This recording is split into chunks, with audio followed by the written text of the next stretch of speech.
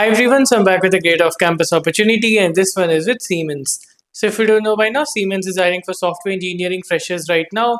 So this is a great opportunity for all of the people that are looking for your first job as a fresher. So in this video, we'll be talking more about the role, we'll be talking about the eligibility, and of course, as always, I'm going to give you guys tips on how to get your resume shortlisted and eventually crack the interviews.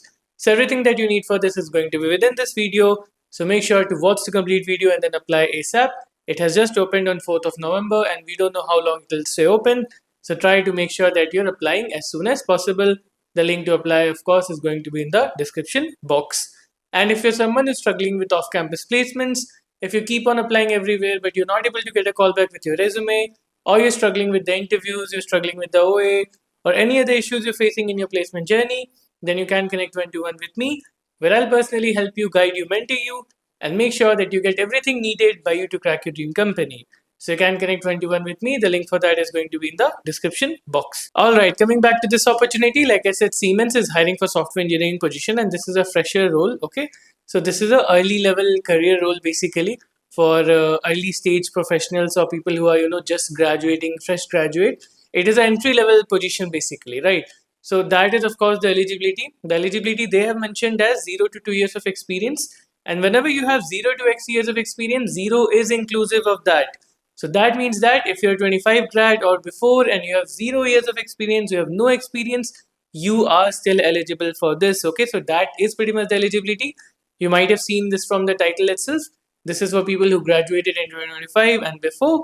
It doesn't matter whether you have experience or not, you are eligible for this. Okay, so that's pretty much it about the eligibility. And if you're a 2026 grad watching this, then don't worry, because right now most of the openings are for 25 grad, but soon enough there'll be a lot of companies hiring for 26 grad as well. The point I'm trying to make here is that sabka time aayega. Right now most of it is targeted towards 2025. Soon it'll be for 26, after that for 27. You just need to wait a couple of months, few months, and make sure that you're fully prepared.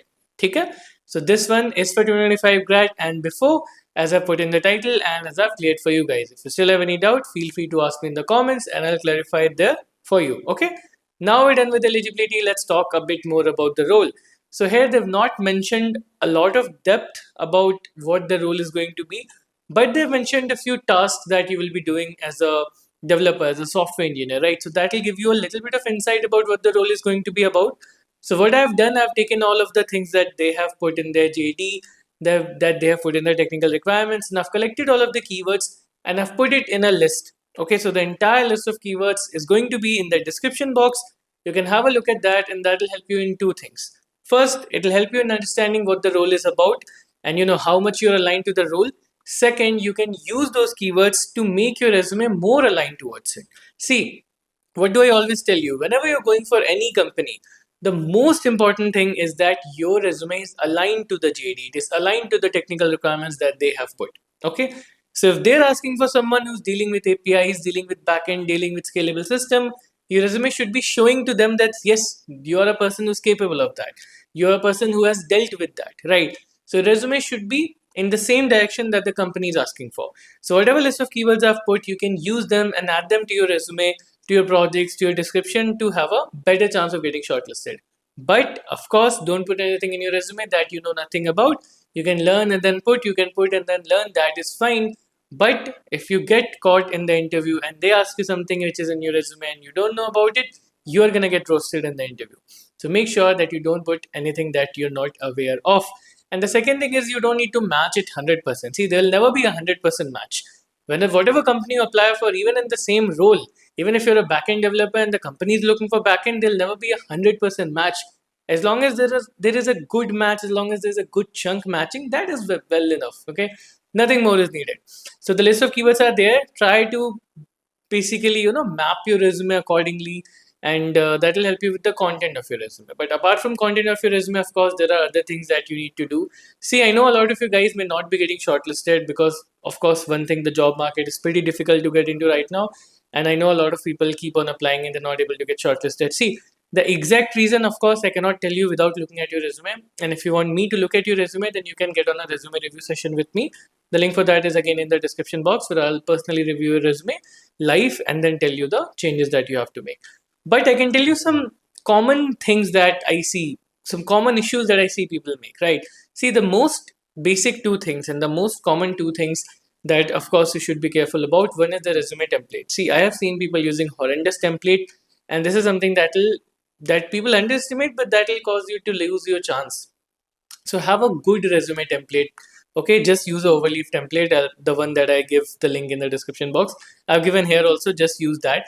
And apart from that, focus on ATS score. I see a lot of people having things that will bring down their ATS score.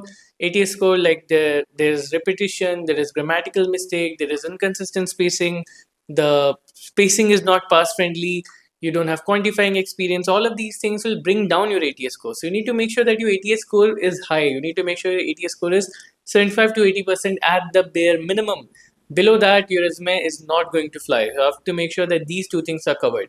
Apart from that, of course, the content, half of it is alignment of your resume to the role, and half of it is having high quality things in your project. So put high quality projects in your resume. Don't put clone projects, don't put systems, XYZ management system.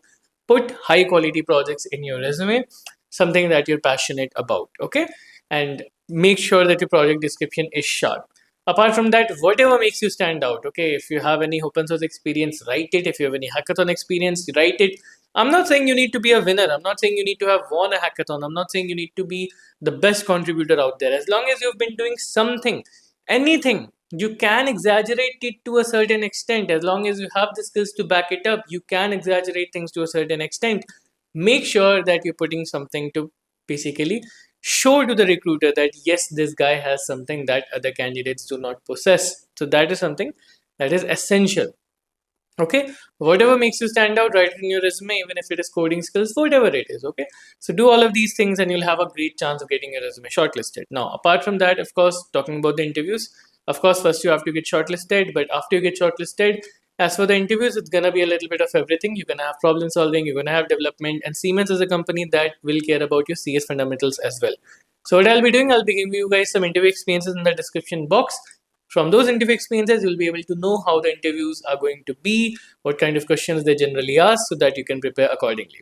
Okay, so that's pretty much it. Don't want to make this video any longer than it needs to be. Make sure that you subscribe, because I'll be bringing you guys a lot more opportunities in the future for all batches 25 to 27 to 28. Everyone, you're gonna get a good shot. All you need to do is be prepared and make sure that you subscribe so you do not miss out on any of the openings. I also have a WhatsApp channel, so make sure to join that as well. Okay, so yeah, that's pretty much it. Let's see you guys in the next video.